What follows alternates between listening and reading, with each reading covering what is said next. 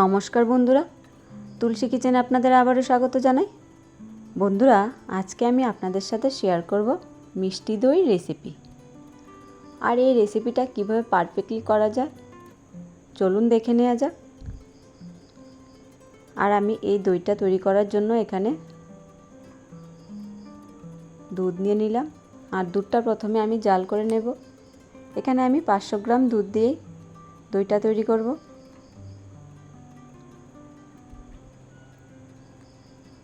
আর দুধটা এখানে জাল বসিয়ে দিয়েছি।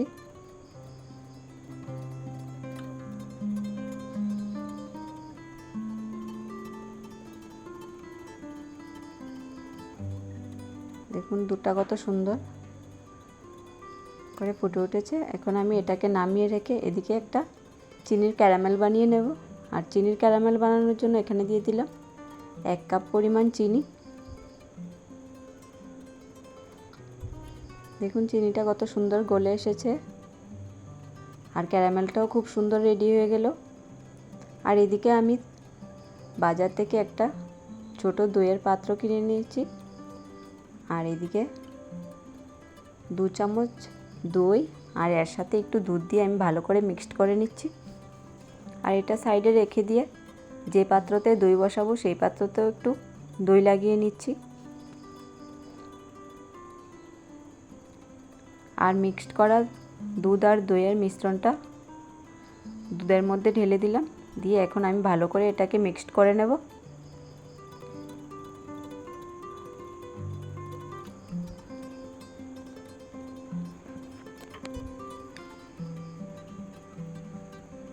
আর দুধটা একটু ঠান্ডা হয়ে আসার পর এর মধ্যে ক্যারামেলটা ঢেলে দিচ্ছি। আর দেখুন ক্যারামেলটা ঢালার পর সঙ্গে সঙ্গেই এর কালারটা সুন্দর চেঞ্জ হয়ে গেল। আর এরকম করে বাড়িতে চিনির ক্যারামেল তৈরি করে দই পাতলে কিন্তু একদম দোকানের মতোই তৈরি হয়। আপনারাও বাড়িতে ট্রাই করে দেখবেন। আর দুধটা দেখুন এখানে ঠান্ডা হয়ে গিয়েছে। এই পর্যায়ে আমি দুধটা পাত্রটাতে ঢেলে নিচ্ছি।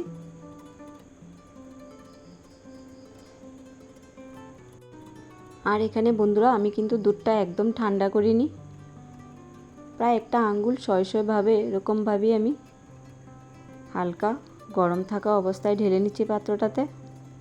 আর পাত্রটা ভর্তি করে উপর দিয়ে আমি একটা পেপারের সাহায্যে ঢাকা দিয়ে দেব। আর দিয়ে আমি এটাকে 7-8 ঘন্টার জন্য ভালো করে একটা টাওয়াল বা গরম কাপড় দিয়ে মুড়ে এটাকে রেখে দেব।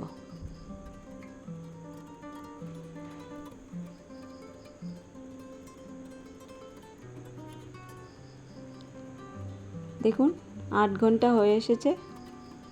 এখন আমি পাত্রটা খুলে নিচ্ছি। আর এদিকে দেখুন দইটা কত সুন্দর করে বসে গিয়েছে। আর এটা সেট হওয়ার জন্য আমি ফ্রিজে রেখে দেব প্রায় 1 ঘন্টার জন্য। তো বন্ধুরা, দইয়ের রেসিপিটা আপনাদের কাছে কীরকম লাগলো প্লিজ কমেন্ট করে জানাবেন। আর যদি ভালো লেগে থাকে প্লিজ আমার চ্যানেলটাকে সাবস্ক্রাইব করে দেবেন। আর এদিকে দেখুন 1 ঘন্টা হয়ে এসেছে, আমি দইটা নামিয়ে নিচ্ছি। আর দেখুন একদম দোকানের মতোই হয়েছে দইটা। আর দেখুন দইটা কত সুন্দর সেট হয়ে গিয়েছে। আর এটা দেখতে যতটাই লোভনীয় লাগছে খেতেও কিন্তু খুব দারুণ হয়েছে বন্ধুরা। আপনারাও বাড়িতে ট্রাই করে দেখবেন। তো দইয়ের রেসিপিটা কীরকম লাগলো প্লিজ কমেন্ট করে জানাবেন। ধন্যবাদ। ভালো থাকুন, সুস্থ থাকুন।